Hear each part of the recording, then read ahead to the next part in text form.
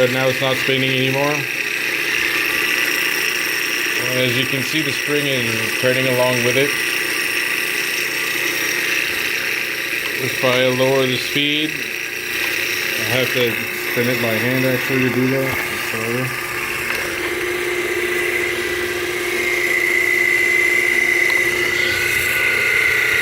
This spreads right.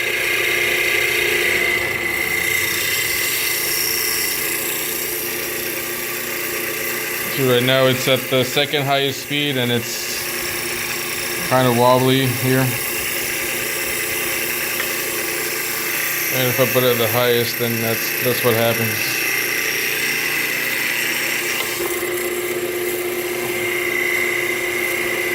And at the second highest, if I'm spinning something on the spindle, if I put a knife against the material I'm spinning, it just slows it down and eventually stops.